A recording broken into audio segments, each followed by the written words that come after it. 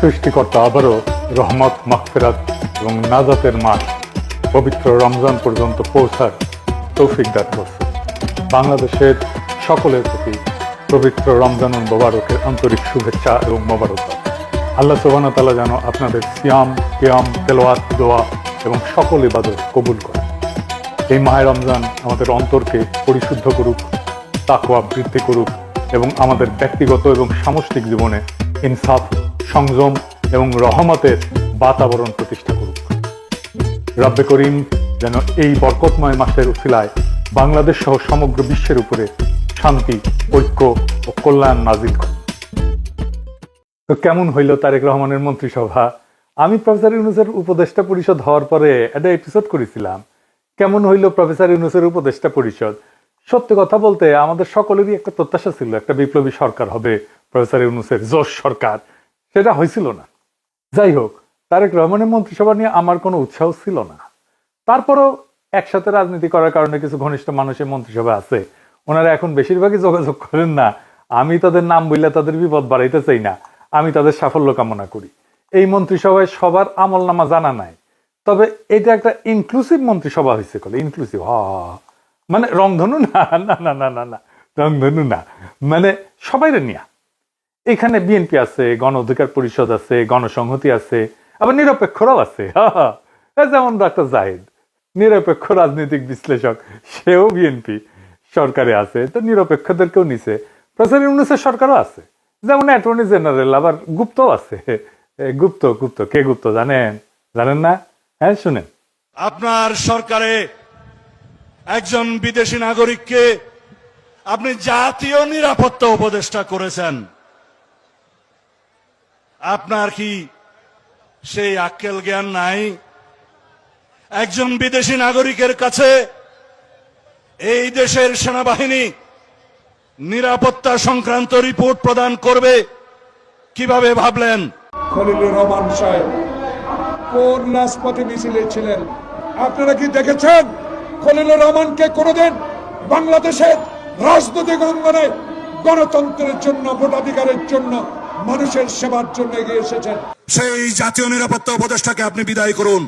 সেই জাতীয় নিরাপত্তা উপদেষ্টা হয় নিজে পদত্যাগ করবে, না হয় আপনি তাকে বিদায় করবেন।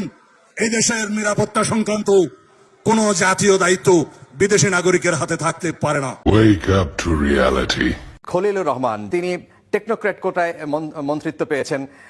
এই অন্তর্বর্তী সরকারের সময় যিনি দায়িত্বে ছিলেন, এটি অনেকের কাছেই একটু খটকা লাগার বিষয় ছিল, অথবা সারপ্রাইজ হয়েছেন অনেকেই। বিএনপি এনসিপি কইতো যে কিংস পার্টি, আর প্রফেসর ইউনূসের সরকারের স্বরাষ্ট্র সচিব তারেক রহমানের মন্ত্রী পরিষদ সচিব, প্রফেসর ইউনূসের অ্যাটর্নি জেনারেল তারেক রহমানের আইন মন্ত্রী, প্রফেসর ইউনূসের নিরাপত্তা উপদেষ্টা তারেক রহমানের পররাষ্ট্রমন্ত্রী, তারপরেও এনসিপি কিংস পার্টি। তো বিএনপির সমর্থকেরা নারী নেতৃত্ব নিয়ে কান তো ঝালাপালা করে দিছিল, মনে আছে না? কেন জামাত নারী ক্যান্ডিডেট দিল না, কিন্তু বিএনপি নারী মন্ত্রণালয়কে দিল একজন পুরুষকে। হ্যাঁ, বুঝিছাও, মন্ত্রী একজন আর প্রতিমন্ত্রী দুইজন, মোট তিনজন। সংখ্যালঘু সম্প্রদায় থেকে দুইজন, তা আবার একজন পার্বত্য চট্টগ্রাম থেকে। ওইটা পার্বত্য চট্টগ্রাম বিষয়ক মন্ত্রণালয়, ওইখানে পার্বত্য চট্টগ্রাম থেকেই একজন মন্ত্রী থাকে। তো হিন্দুরা তো ভোট দিলেন, আপনাদের মন্ত্রী কইয়া ডা ফ্রি ফ্রি সার্ভিস আর কত দিবেন? গয়েশ্বর বাবু হেভি চেতিছে মন্ত্রী হইতে না পাইয়া, দেখেন চেতে মেতে চলে যেতেছে, দেখেছেন?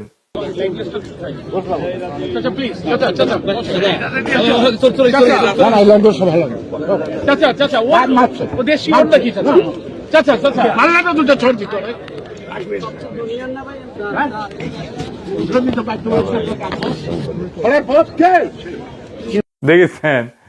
তাও যে মন্ত্রী বানাইছে নিতাই রায় চৌধুরী, উনি কিন্তু এরশাদের মন্ত্রী ছিলেন। আমরা যখন রাজপথে আন্দোলন করেছি এরশাদের বিরুদ্ধে, তখন উনি এরশাদের শেষ টাইমের মন্ত্রী হইলেন, ক্রিয়ামন্ত্রী বোধহয়, যুব ক্রিয়ামন্ত্রী বোধহয় হয়েছিলেন। ওরে আমার খোদা, 3 মাস পুরা করতে পারলো না, মন্ত্রী এরশাদই পড়ে গেল, তো মন্ত্রিত্ব আর করা হয়নি উনার। আমি ইয়ারুপসি করিচ্ছি আর কি, যে সুপ্পুর কাছে শপথ দিছে। ইয়া আল্লাহ, মাফ করে দাও, সুপ্পুর রেকর্ড করা ভালো না, চাইনিজ মালের গ্যারান্টি আছে, সুপ্পুর কাছে শপথ নেওয়ার সরকারের কোনো গ্যারান্টি নাই। হাসিনা 7 মাস টিকেছে, প্রফেসর ইউনূস 1.5 বছর। দেখা যাক তারেক রহমানের সরকার কয়দিন টিকে। আমার একজন কইছে যে প্রফেসর ইউনূসের সরকার ছিল ইন্টারিম, আর তারেক রহমানের সরকার হইতেছে ট্রানজিশনাল, মানে অনেকেই কইতেছে এটা এটা বেশি দিন থাকবে না, মানে কইতেছে এই সরকারের মেয়াদ পূরণ করার আগে কোলাপস করবে, দপ্পাস করে পড়বে দুঃশাসনের জন্য। ক্ষমতা আসার আগে যে জুলুম শুরু করছে সেটা কথা আর কি বলবো। তারেক রহমান ইচ্ছা করে কোনো বার্তা দিতেছেন না, কর্মী পর্যায়ে শয়ে শয়ে বাড়িতে আগুন দেওয়া হইতেছে, মারধর করা হইতেছে, লুটপাট করা হইতেছে, দোকান বসত বাড়ি ভাঙচুর করা হইতেছে, খুন করা হইতেছে, এমনকি ধর্ষণ করা হইতেছে। সেটা আবার চাপাও দিতেছে তারেক রহমানের চাকর বাকর যে সাংবাদিক গুলো আছে সেগুলো। কোনো স্যাদ ব্যাদ নেই তারেক রহমানের, উনি সম্প্রীতি দেখাইতে যাইতেছেন। বিরোধী দলের নেতাদের বাসায়, নাহিদের বাসায় যাইতেছেন, শফিক সাহেবের বাসায় যাইতেছেন, কিন্তু কর্মীরা যে জুলুম করতেছে অন্য দলের উপরে সেটার ব্যাপারে কোনো ভ্রুক্ষেপ নেই। জামাত এনসিপির ভাইরা আপনাদের বলি, জুলুম কলে চলবে আপনাদের উপরে, এটাই উনার প্ল্যানের অংশ। জুলাইয়ের সাথে যুদ্ধ উনার প্ল্যানের অংশ। আপনি বিএনপি আলাদার আলাপগুলো দেখেন, আমার আর ইলিয়াসের সোশ্যাল মিডিয়া ইউটিউব বন্ধ করে দিবে, হাদির কবর উড়াই দিবে, আমাদের ধরে নিয়ে গিয়ে বিচার করবে। যে সবচেয়ে ভদ্রভাবে কথা বলতেছে বিএনপি, সেও বলতেছে অনেক হয়েছে, এবার থামেন, দেশটারে শান্তি দেন, চুপ থাকেন। চুপ করানো হইতেছে সবচেয়ে ভদ্র অ্যাপ্রোচ তাদের। মানে একটা সরকার, একটা রাজনৈতিক দল, তার কোনো বিরোধিতা থাকবে না, আমরা কোনো কথা বলবো না। যেহেতু আমরা সরকার বিরোধী, তাই আমাদের কথা বলার কোনো অধিকার নেই, আমাদের চুপ থাকতে হবে, কারণ দেশে এখন শান্তি দরকার। এটা তারা সহ্য করবে না। শেরপুরে মাওলানা রেজাউল করিমকে খুন করছিল না বিএনপি, আজকে বিএনপির নেতা কর্মীরা ওই ঘটনায় জামাতের 122 জন সহ অজ্ঞাতনামা 300 থেকে 40 জনের নামে মামলা করেছে। চিন্তা করেন কি তামাশা। মানে আপনার সহকর্মীরে মারবে, আপনার সহযোদ্ধারে মারবে এবং আপনার নামে মামলা দিবে। দেখেন একজন লিখতেছে বিএনপির সমালোচনা করার জন্য পাড়ার বিএনপি নেতা ডেকে নিয়ে কইতেছে গুলি করে দিবে, গুলি করে দিবে। আওয়ামী লীগ কোনোদিন এই কাজ করে নাই, দেখেছেন? তারেক রহমানের নিয়ে কোনো কথা বলা যাবে না। পুলিশ আবার আগের অবস্থা ফিরে আসিছে, দেখেন অ্যারেস্ট করবি, দেখেন পুলিশের রোয়াব। আপনি কি করেন? আপনি শুনেন, দেখি ভাই, দেখি ভাই কি করেন আপনি? দেখি আপনার আইডি কার্ড বের করেন। দাঁড়ান ভাই, দাঁড়ান দাঁড়ান।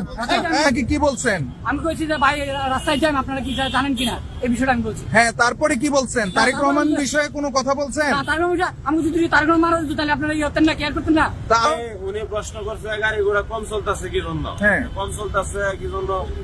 আমাদের একজনে বলছে যে আমরা তো এরকম জানি না, আমাদের এরিয়া তো ক্রিকেট থানা, ক্রিকেট থানা এলাকা আমাদের এরিয়া।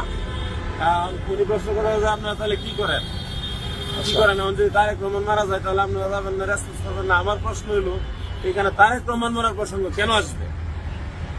এই কথা তার কেন আসবে? দেখেছেন? আর বিভিন্ন জায়গায় আওয়ামী লীগ অফিস খুলে বসতেছে, অফিস খুলতেছে, তাদের অফিস খুলে হইতেছে।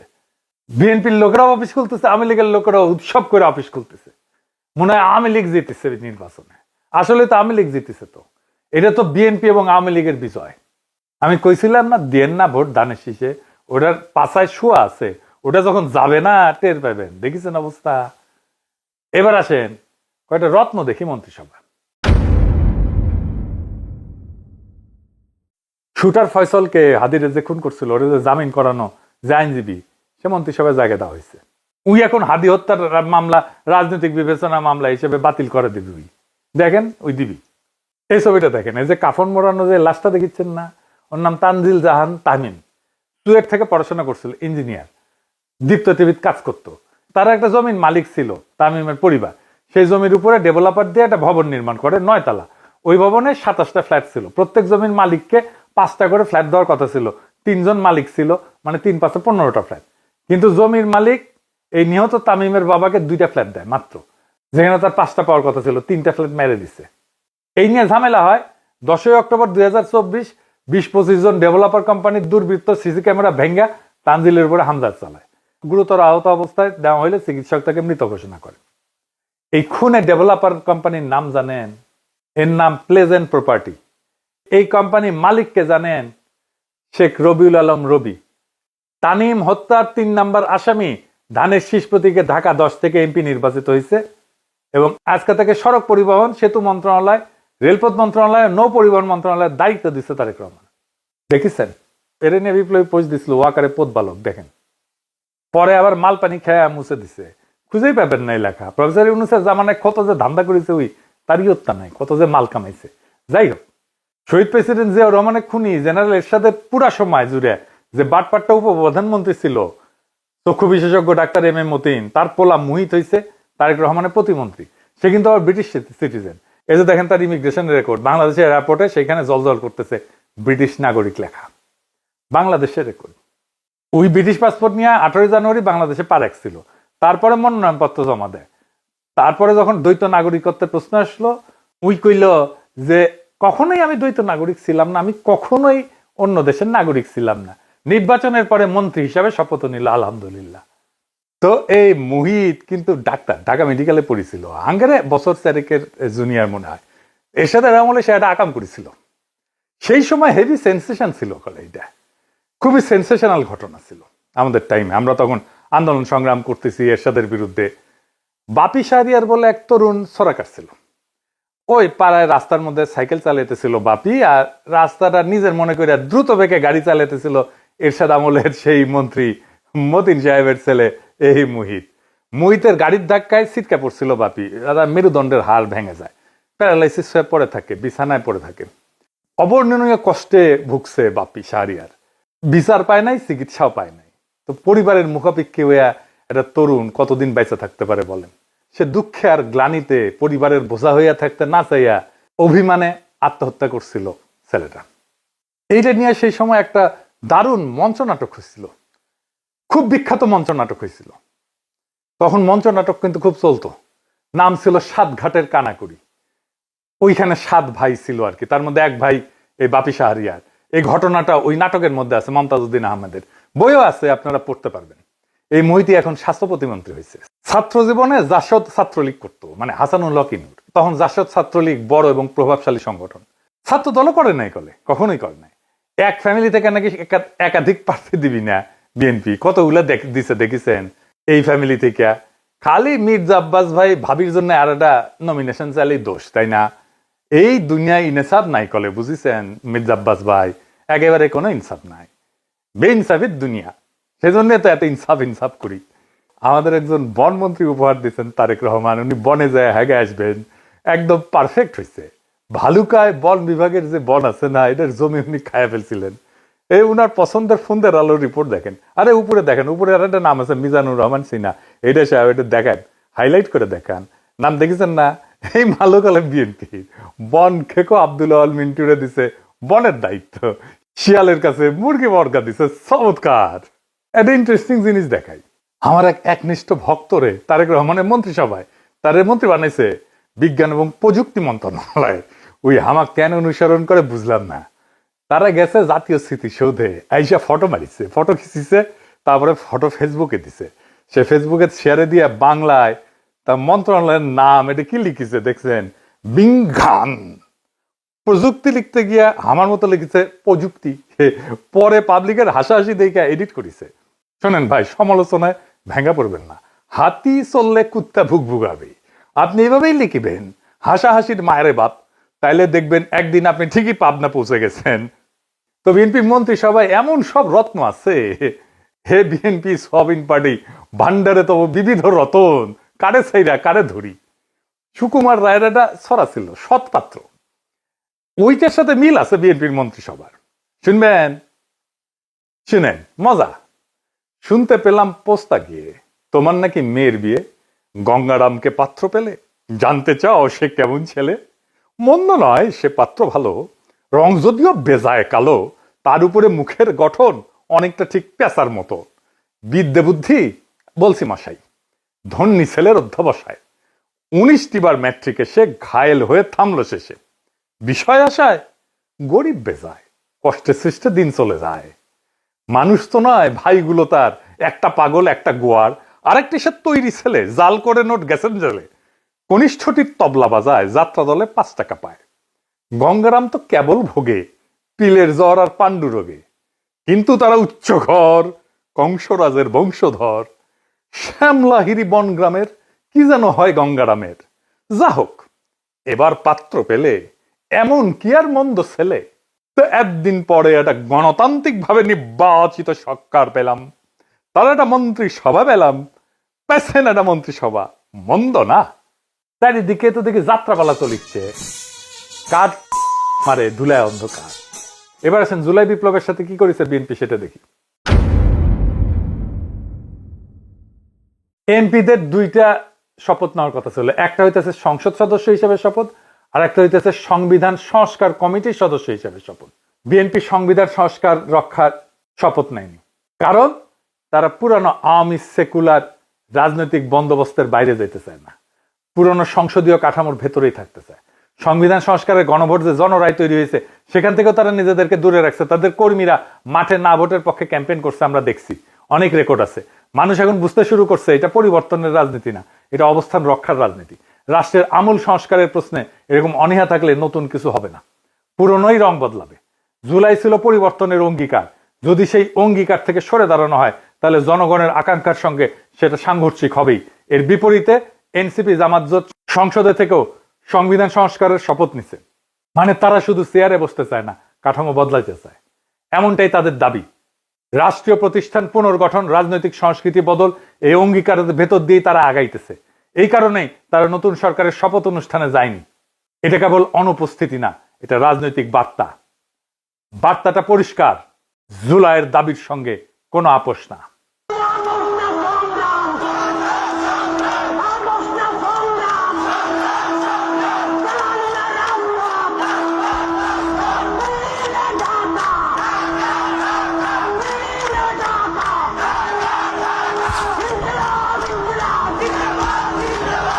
পুরনো বন্দোবস্তের সঙ্গে কোনো আপোষ না, সংস্কার ছাড়া কোনো স্থিতিশীলতা আসবে না।